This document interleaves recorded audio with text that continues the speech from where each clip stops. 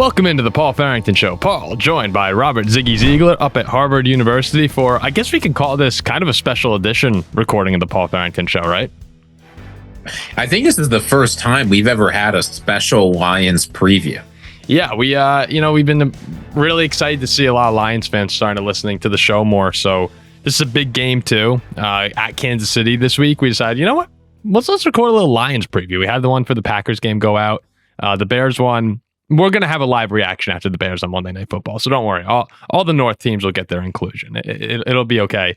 But we decided it would be fun to take a look into Jared Goff and Detroit heading back to Kansas City for the first time since their 21-20 win in 2023 to kick off that NFL season. Please remember, if you're enjoying the content, to like, comment, subscribe to the show. We're over 24,000, Ziggy. So we're on the final quest here to 25K, and that's coming quick, hopefully. So if you're enjoying the content, please help us get to 25K. The sooner, the better. Looks like. And if you want more Lions content, put it in the comments that you're enjoying this. Share this around with your friends. It's if the Lions stuff keeps doing well, we're just going to keep putting Lions content out there. So if that's what you want to see more, let us know. And if you're a Packer fan, because that's the majority of our audience, tell us why Green Bay is better than Detroit still. I mean, because a lot of people, there's been a lot of contention in the comment section lately about Lions fans saying, like, we still run this division, and Green Bay fans saying, hey, just wait. I like seeing the rivalry spark up a bit. We need some of that. And on this channel, it's good to see that it's often pretty friendly banter back and forth. Eventually, there'll just be something visceral, right? Where we're like, whoa, guys. I do have a question for you, though, Paul. Did you see Tom Brady's power rankings this week? I didn't see them. Do you know what team he had at number 6? Number 6? No, I didn't see him. The San Francisco 49ers. So while you're out here crapping on me for not knowing football, how about you tell Tom Brady to his face he doesn't know football? How about that? I'd tell Tom to his face that's a bad ranking. Tom's a great player. There's no doubt about it. Tom Brady is, might be the best football player to ever step on the field, but it seems that me and him can analyze games quite similarly. If not, actually, I guess I can do so a little bit better. at least when it comes to power ranking teams, because you cannot find me only 5 teams better than the 49ers right now. But that's for another show. He had the Jaguars at 5, and he had the Detroit Lions at number 1. A lot of people had the Lions at 1. It almost feels like right now. So if we rewind back to 2023, right, when the Lions were going into Kansas City, I still remember. I think we recorded that night actually. We did. Yeah, we did. We did like a kickoff show. And at the time, we knew Detroit was on the big win streak to end 2022, right? I believe that happened, right? That was the win streak to end 2022. Yeah. They had the great 2023. We weren't sure if it was going to really carry over. Yeah, and Kansas City, of course, they're the Chiefs, right? So coming into that game, we're all thinking, yeah, it was cute what Detroit did. Maybe it'll be close, but eventually Kansas City will pull away. I remember we're watching that game, and Detroit takes the lead 21-20 in the fourth quarter, and that was the McCole Hardman game, right? With the drop, was it not Hardman? Who was dropping the ball in that game? Oh my gosh, why can't we remember who was dropping? Was it Watson? I think it was Watson. No, it wasn't Watson. Was it Hardman? It might have been McCole Hardman. Sky Moore. I don't know. There were so many random players on that Chiefs team back in the day. Kadarius Toney. Kadarius Toney. It was the Toney game. It was the Toney game. There we go. Thank you. The Kadarius Toney game with the big drop.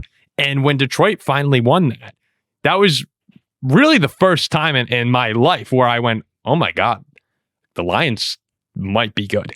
And since that game, right, which was a carryover from the Packer Lion game at the end of 2022, they've just been unbelievable since then. So what's exciting to me, Ziggy, about this game is when comparing it to 2023, right? And this is not like, the third time we've had to do this take because cameras have been frozen and I didn't like where the take went in the redo. Like, we're going to just go off of this right here.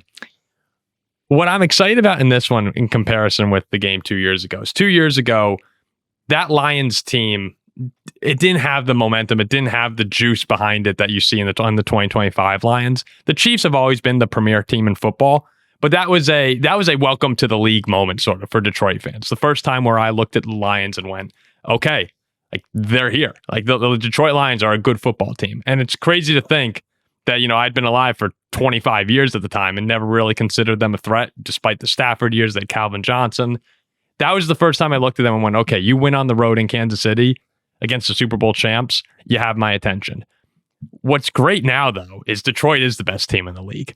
And of course, when you're playing the Chiefs, the face of the league, there's that we want to kick their ass. But for Kansas City now, there's real value in beating Detroit. They're not just expected to win this game like they were a couple of years ago. Now, if the Chiefs win it, all of their and Lions fans must really take this and be thrilled by it. The Chiefs beating the Lions would mean a hell of a lot more to the Chiefs in this game than the Lions beating the Chiefs.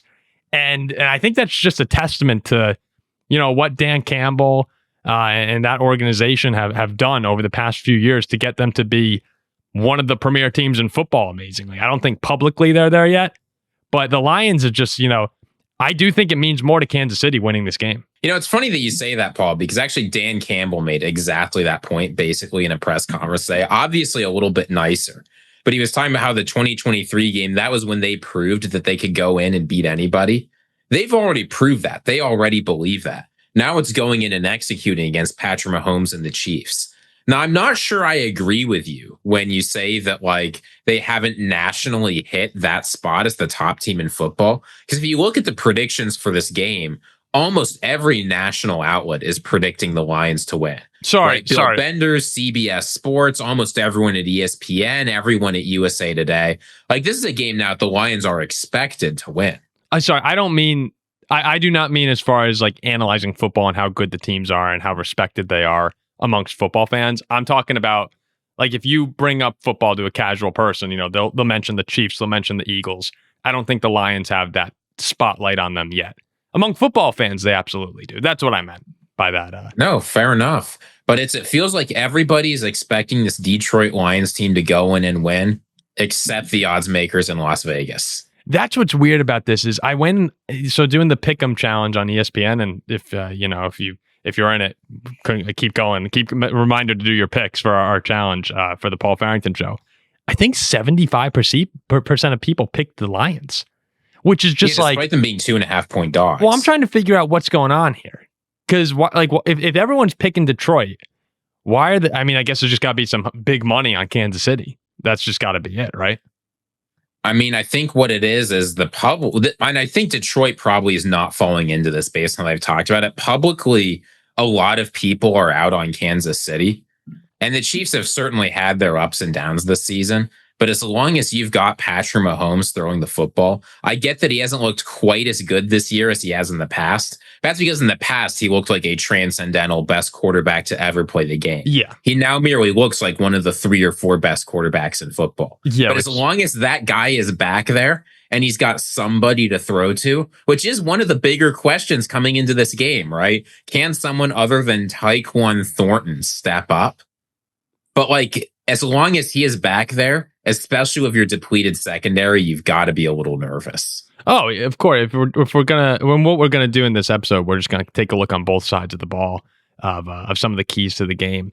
But one final point, Ziggy, before we dive into that I just wanted to bring up regarding Detroit. I do think that it's still we're still everyone's seen the response from the Packers loss, right? They beat the crap out of the Bears, beat the crap out of the Bengals. They beat the crap. Who was the other team that they beat the crap out of? Chicago, Cincinnati. For the Lions? Yeah, the Lions. The Browns. You're thinking the Browns, of Cleveland. The Browns game. So they've had these 3 monster wins, and then of course you go into Baltimore and fantastic Monday Night Football game. I still do think, while I said before it means more to Kansas City to beat Detroit, beating the Chiefs on the road, that would cement, I think, to everybody that Detroit's the best team in football. And when you have everybody picking you to do it too, so it seems, it's this is where I think most teams could get caught in that. It's almost like a trap game in a weird sense because everyone thinks you're going to go in and beat one of the best quarterbacks to ever play the game, and maybe you come in a little overconfident. One thing about the Lions, I'm never worried that they're going to show up thinking the job's already done. And that's the Dan Campbell mindset. This team's going to come in, and they're one of the few teams in football that I think even when it feels like a trap game, they're just going to be all right, we don't give a crap. We're not listening to anyone. We're just going to run through you, dominate you in the trenches, and walk away with the win here. So I do think that's one thing Lions fans have a nice advantage of over other fans in the league. I kind of feel like they're trap game proof. Is that fair? I certainly feel that way. It's hard. I mean, this is how you go 15-2 in an NFL season, right? You can't do that if you're dropping games to teams you should be beating. But it is an unfortunate draw to be facing Kansas City with their back against the wall, right? If there was going to be like some X factor that like the Lions might overlook, again, they're not overlooking anyone or anything. They're going to show up.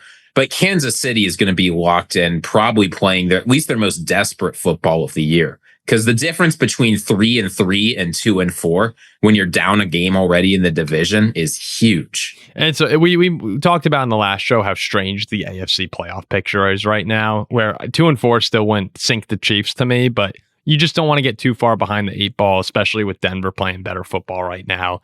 And if you're Kansas City, you're used to having the 1 seed and having the playoffs run through Arrowhead. Falling 3 games behind Buffalo will make that very, very hard. To be fair to them, they did go on the road, 2 years ago, go into Baltimore, go into Buffalo. No, they can do it, but typically the playoffs run through Arrowhead, and especially when the team doesn't seem quite as good as that team from 2 years ago. That, I think, is something they're going to have on their mind as much or more than we need to make the playoffs. So let's get into it then. The Chiefs offense versus the Lions defense here. The Kansas City offense finally feels like it's kind of coming to life. I know they had the big turnover. Mahomes had the interception to Devin Lloyd at the end of the Jaguars game, which really flipped that game on its heels. But overall, past 2 weeks, 28 plus points in each week for Kansas City. Mahomes is throwing for 270 plus in 2 straight games. You're starting to see a little bit more of that Kansas City offense that we're used to coming to life. Xavier Worthy was back against Jacksonville for the first time since the opener. No Rashee Rice. That's a big, I can't wait for Rashee Rice to come back. As someone who was a fantasy owner of him last year, devastated when he went down with the knee injury. But for a game that's not going to have Rashee, right? And I do think that's really important. We're still 1 week away from seeing him back, and I think the Chief offense will move up another level once he returns. What's the key to you? We could call it for Kansas City or for the Detroit defense in this matchup. Well, you talked about Xavier Worthy, and I think the biggest difference between the Ravens game, where the Chiefs more or less dominated Baltimore, and the Jaguars game, where they had a tough loss, was whether or not Xavier Worthy was able to get involved. Mm-hmm. Against Baltimore, your leading receiver and, bizarrely, your leading rusher are both Xavier Worthy. Against the Jacksonville Jaguars, your leading rusher is Patrick Mahomes, your leading receiver is Tyquan Thornton. The single biggest piece for the Kansas City Chiefs is whether or not they can get him going. Because at the end of the day, like, Tyquan Thornton is an okay player, but Xavier Worthy is the guy who can produce huge plays in this offense. And especially, we talked about a little bit earlier, the Lions secondary, while the injuries aren't as bad as we might have thought, you've got some injuries back there. Most notably, Terrion Arnold is out, but DJ Reed is out too. Like, I mean, there is an opportunity here. That's your 2 starting cornerbacks. Yeah, that makes a big difference. And whether they'll be back in a few weeks or not, which is what Lions fans are hoping for, they're not going to be back for this game. Xavier Worthy and Patrick Mahomes have a huge opportunity here. And if you're Kansas City, I think getting an explosive play or two out of him could very well be the difference between keeping up with Detroit, because Detroit's offense is going to have explosive plays, or falling hopelessly behind. Yeah, you kind of need Xavier Worthy to be back in form, because just, going up and down the Chiefs' depth chart right now, they're getting nothing out of the rushing attack. Kareem Hunt may be a familiar name. Isaiah Pacheco may be a familiar name, but Patrick Mahomes is leading this team in rushing yards. And that's just not acceptable. If you're a Chiefs fan too, I produce Nick Wright's show, and we're constantly talking about Kansas City. He's like, I don't want to see Patrick running. Like, he can't be the leading rusher. If he goes down, he takes a couple big hits, and you've seen it this year. Mahomes needs to get down more, because a lot of times he'll lower the shoulder and run into someone. You get hurt there. Season's over. Forget about what your record is. Forget about the start to the year. That can't happen. But you go beyond the running backs, and yeah, like, is Hollywood Brown scaring you in 2025? Is Juju Smith-Schuster scaring you? In 2025, was he ever scaring you? I mean, there were years when he was on Arizona where he was a big play guy. Juju had a couple big years early in his career with Pittsburgh. Obviously, Travis Kelce isn't what he used to be. This offense has a lot of guys that you look back fondly on, and maybe you remember them as being a lot better than they currently are. But ultimately, what it's kind of turned into is Patrick Mahomes running around trying to make a play with guys who are out of their prime. And Xavier Worthy and Rashee Rice are the 2 guys. This is why I've been so adamant about not giving up on Kansas City, is because the 2 guys who are supposed to carry this offense are out. or have been out. So having Worthy come back while Rice serves the final game of his suspension, yeah, that's the key. Is Xavier Worthy going to be healthy? I look at it from the Detroit defense perspective of keeping Mahomes in containment here. Because how many times are you watching Chiefs games where pass rush comes in, Mahomes is maneuvering in the pocket as well as anyone really we've ever seen. He gets outside and he's deceptively fast too. Obviously, I'm not. Everyone's watched Patrick Mahomes who's listening to this. But he is deceptively fast.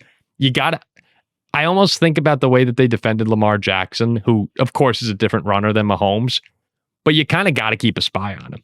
And that's at least my take on it. Because if he gets outside, that's when you see the magical plays. That's when you see the crazy third down scrambles where he somehow finds a way to get it by a yard. And if you take that away, I'm just not too worried about a lot of the skill position players. Well, this is when, if you're a Lions fan, you've got to be happy to have Kelvin Shepherd in there, because how many times last season, Aaron Glenn might be the most adamant anti-spy defensive coordinator in the entire NFL, which is part of why the Lions got absolutely gashed by rushing quarterbacks. Mm-hmm. You've got a defensive coordinator now, and who we've seen throughout this season is willing to use spies effectively, but it's going to take the whole defense, right? Because even if you can put a spy on Patrick Mahomes, guys are going to make mistakes. It's very difficult to contain him for an entire game. There's a reason he is the leading rusher for the Kansas City Chiefs. I'm going to keep a close eye on what Kirby Joseph is going to be able to do, because he's so instinctive a player. I feel like he can make a big difference in just limiting what Mahomes is able to do.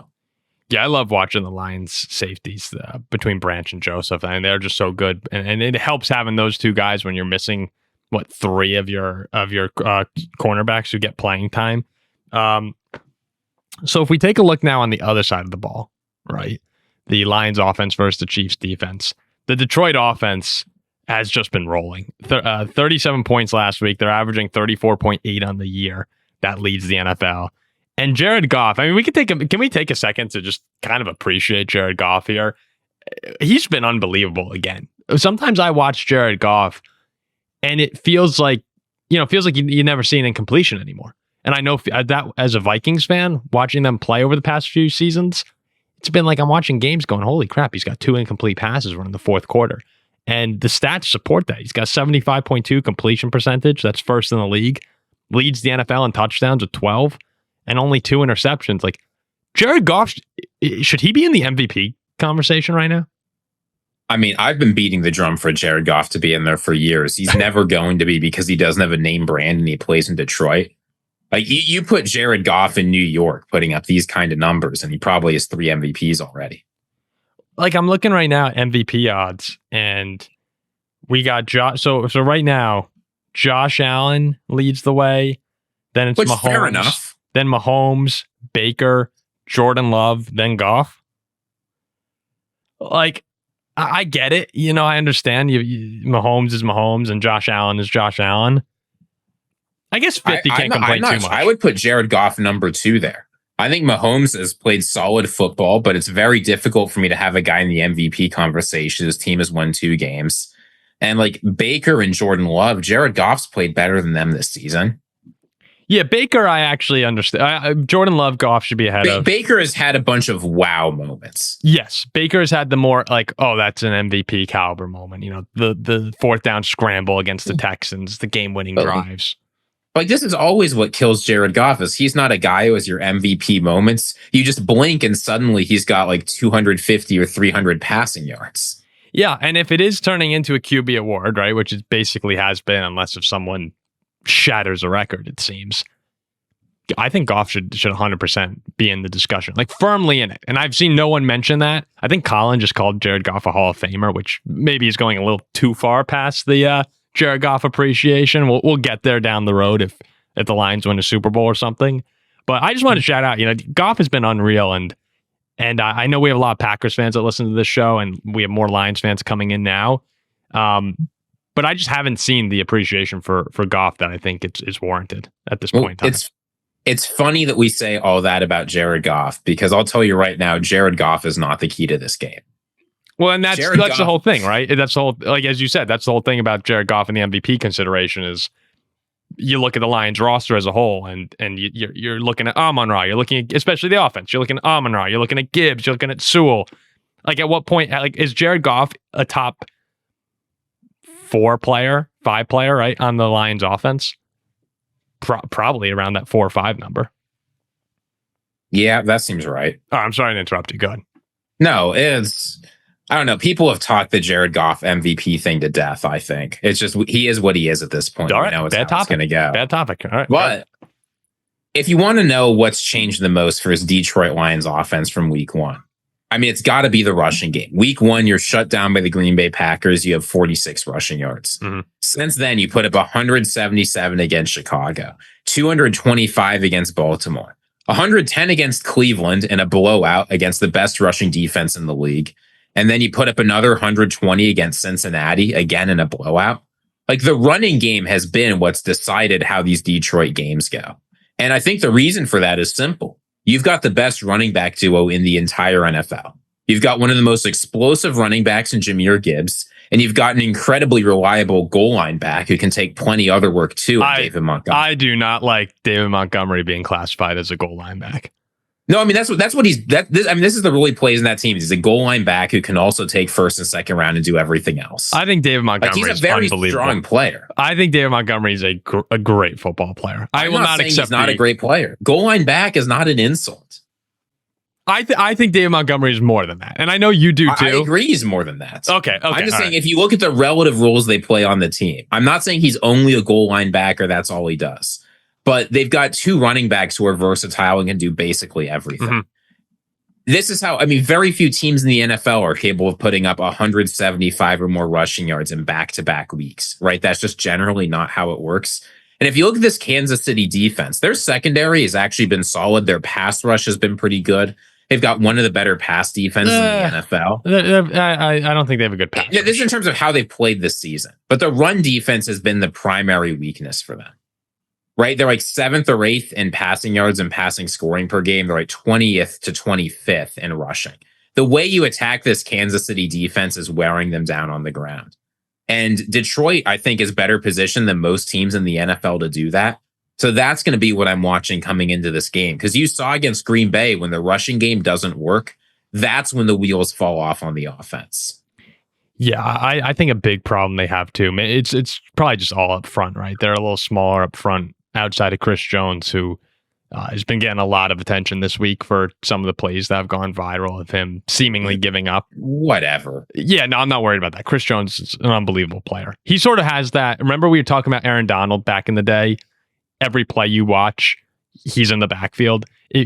Chris Jones is one of those guys, and I know for the Packers fans listening, like Micah Parsons has had that throughout his career. If you just watch some of these unbelievable defensive linemen play after play after play, Chris Jones is winning all the time. Like that, like he's great. I have no issues with Chris Jones, but that, I mean, it was a bad look against the Jaguars with the way that play transpired. I am a little worried about the Chiefs' pass rush, though, Ziggy. I don't think they've been very good this year. And I was just looking at QB hurries and where we are in the league. They rank 27th in QB hurries. It looks, according to Fox Sports stats, they have 5 on the year, which is just, I mean, for context, the Dallas Cowboys lead the way at 31.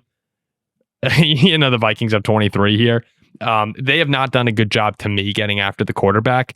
And if there's one way the Lions are just going to pick you apart, is if you give Jared Goff time. Well, right back to the beginning of this segment, Lions offense versus Chiefs defense. Goff's completing over 75% of his passes. If you can't get to him, he'll destroy you. And that, to me, if I'm a Chiefs fan, would be my number one concern is we can't let this guy have all day, because Amon-Ra will find his way open. Jahmyr Gibbs will find his way open. Jameson Williams, where are you, Jameson Williams, this season? That I think is a big guy to circle and say, will he finally have his moment in this game? Well, they haven't needed him yet, but this is the sort of game where the Chiefs offense, if they can keep up with the Lions, you might need a big play from him. All offseason, we're hearing about how Jameson Williams has developed as a receiver so much. He's going to be used all over the field. He's going to maybe not challenge Amon-Ra for the number 1 spot, but be a premier number 2 receiver in the league. And he's gone for 23 yards. He had 108, but in that game he had a 64-yard catch. 43, 40, and 9. Like, I if I'm a Lions fan, it actually might even make you feel good that you're putting up, the league leading amount of points, and your number 2 receiver, who's supposed to be taking this big leap, hasn't taken that leap yet. But this could be a game where, as you said, the Chiefs are struggling with their rushing defense. You start grounding and pounding with Gibbs and Montgomery, eventually get that play action bomb to Jameson Williams. I could see this as a Jameson Williams breakout game. It kind of has that feeling to me a little bit. Yeah, well, it's if you're Kansas City, the way you avoid that is by generating negative plays. And that's something they've really struggled with this year. Like the efficiency stats, the yard stats, they're not terrible, but they haven't done a very good job generating turnovers. They've got 6, which puts them middle in the pack. Meanwhile, Detroit has 9, right? The Jaguars lead the NFL with 14. Like they're not up there with the top. As you said, like getting to the quarterback has been tough. They have not gotten hurries. They haven't gotten pressures. They haven't gotten sacks. If you give the Lions like 2nd and 4 every single time, the play action game is brutal, right? Because you have to worry about Jahmyr Gibbs or David Montgomery, whoever's back there, just getting the first down. And that's when a guy like Jameson Williams, right? You put him alone on the outside because you have to watch a short pass to Amon-Ra too. Could be a screen, could be a slant. Jameson Williams can say see ya and book it. And if you cover those two, Isaac Tesla has a touchdown in half his games as wide receiver 4, right? He's just been like the random guy who gets some crazy catch every game. So the trick for the Lions, and they've done a very good job of this year, except against Green Bay, is not putting yourself in situations where it's 2nd and long, 3rd and long, and teams know what you're going to do. That versatility is what's essential. So yeah, the Chiefs need to step it up big time in generating turnovers and getting pressure on Goff. But even with this like weaker than last year Lions offensive line, again, unless there's some secret hiding for Kansas City and that Green Bay team the Lions' other 4 opponents have missed, it's going to be tough. Well, and Taylor Decker right now, it seems like he's going to miss this game. I believe he missed the Bengal game. It's looking like he's going to miss this one as well, the Lions left tackle. So if you're a Chiefs fan, I mean, there's a little bit of optimism there. They still got a decent offensive line out there in Detroit. But yeah, you mentioned Kansas City trying to force Detroit into mistakes, right? The Lions just haven't been a team that have really made many self-imposed errors over the past couple of years. And Goff protects the football really well. They don't do things that lose football games. And the Chiefs have typically been like that as well. This year, you're seeing a little bit of a different story. Like you have the big interception against Jacksonville. I mean, even think about the Giants game, right? When Patrick threw the football behind him and you had Bobby Okereke pick it up and he's run to the end zone, and Mahomes had Collinsworth was going off about how unbelievable of a play it was when he just took the ball out of his hands. That could have been disastrous. The Eagles game, Kelce drops the ball on the goal line and Philly picks it off. The Chiefs don't typically make these mistakes, and they have this year. So that's another, I mean, obviously turnovers are always important in these massive games. But the Lions haven't been making those errors. And for the first time in a long time, Kansas City has. So that's just something to pay attention to. If the Chiefs are a little sloppy, Detroit, if there was one team that was going to blow out the other one in this one, I would pick Detroit would blow out Kansas City before the Chiefs would blow out Detroit. Oh, there's no doubt about it. The Lions have shown that they can blow out opponents, right? Completely run them out of the building. The only game the Chiefs have won by more than a couple of scores were like that Ravens game where a lot of things went their way, and the Giants game, which doesn't really count, against the Eagles, the Jaguars, the Chargers. It's all been very, very close. So yeah, it's Detroit, meanwhile, has just run away in basically every game they haven't lost. And that's sort of what their motto is, just as a team, right? This is why the Lions don't have trap games, is they show up to every single game ready to win by 50 plus, right? That's just what they do. So, I mean, I'm keeping a close eye on what Kansas City's going to try and do defensively, because against the Lions, I think you have to be willing to gamble. You can't just sit back and say, we're going to play safe defense and wait for Jared Goff to make a mistake or Jahmyr Gibbs to fumble, because that's just not how this team plays. Steve Spagnuolo is good at being creative, and I think there's just enough pieces on this KC defense that he might have a chance. But that's going to be what you need. You need something creative and unexpected that can throw the Lions off, because playing standard football, this Lions team is just going to pound you into the dirt. Yeah, pound for pound, they're the best team in the NFL right now. And it's kind of funny you say that. Against the Lions, you're going to have to gamble, of all the teams, right? The team that's known for the aggressive fourth down play calling. We'll see that. Like, would it be surprising to anyone if this game came down like the Baltimore game to a couple massive fourth down play calls from Detroit. Can you get those stops? In Arrowhead, it seems like the Chiefs normally do. So I'm really excited for it because you have Detroit coming in red hot and you have the face of the league in Kansas City in desperate need of a win here. Like, what, which one's going to prevail here? I can't wait to watch it. Do you have a prediction, Ziggy, a score prediction? So I've been going back and forth on this game because I think these teams are a lot closer than I thought after reviewing it a little bit more. But at the end of the day, as much as I like picking a team that's motivated, Kansas City is in desperation mode. And I think desperation against the Lions does not set you up very well. I think it's going to be closer than people are expecting. A lot of people are expecting Detroit to go in and win by 30, 40, 50. I'm not seeing that. I've got Lions 27, Chiefs 23. So you're sticking with the Lions pick. The Lions have a chance here over these next 2 weeks with the Chiefs on Chiefs on Sunday Night Football, and then the Buccaneers. They host Tampa on Monday Night Football the following week.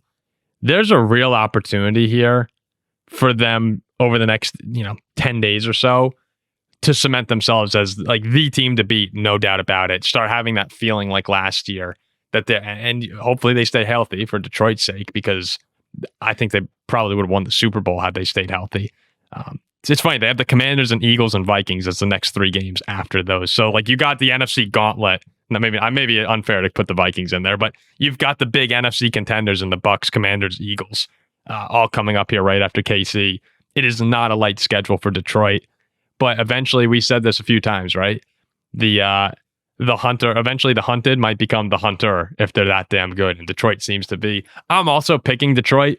It's for our sake, we just need Kansas City to win, because the way we're talking about the Lions are as if they're one of the best teams of all time right now.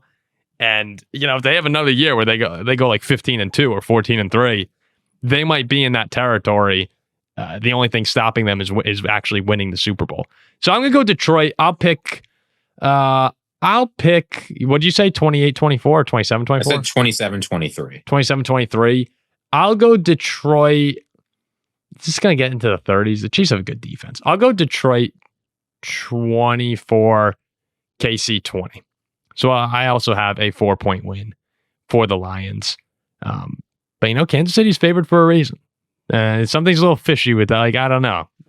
With everyone picking Detroit, it's a little fishy to me that Kansas City is still favored and this hasn't moved down to a pick 'em. But all right, I guess we'll wrap it up there. There's been a fun little Chiefs-Lions preview. Remember, we'll be live on Sunday at 7:30, reacting to the 1 and 4 o'clock games. We'll be live on Sunday night, reacting to the Chiefs and the Lions. And we'll be live on Monday night, reacting to the Bears and Commanders. So a lot of recordings coming up. Ziggy, thanks for hopping on. Kind of short notice. We're like, let's just do this. And we'll see a lot more of you guys this weekend.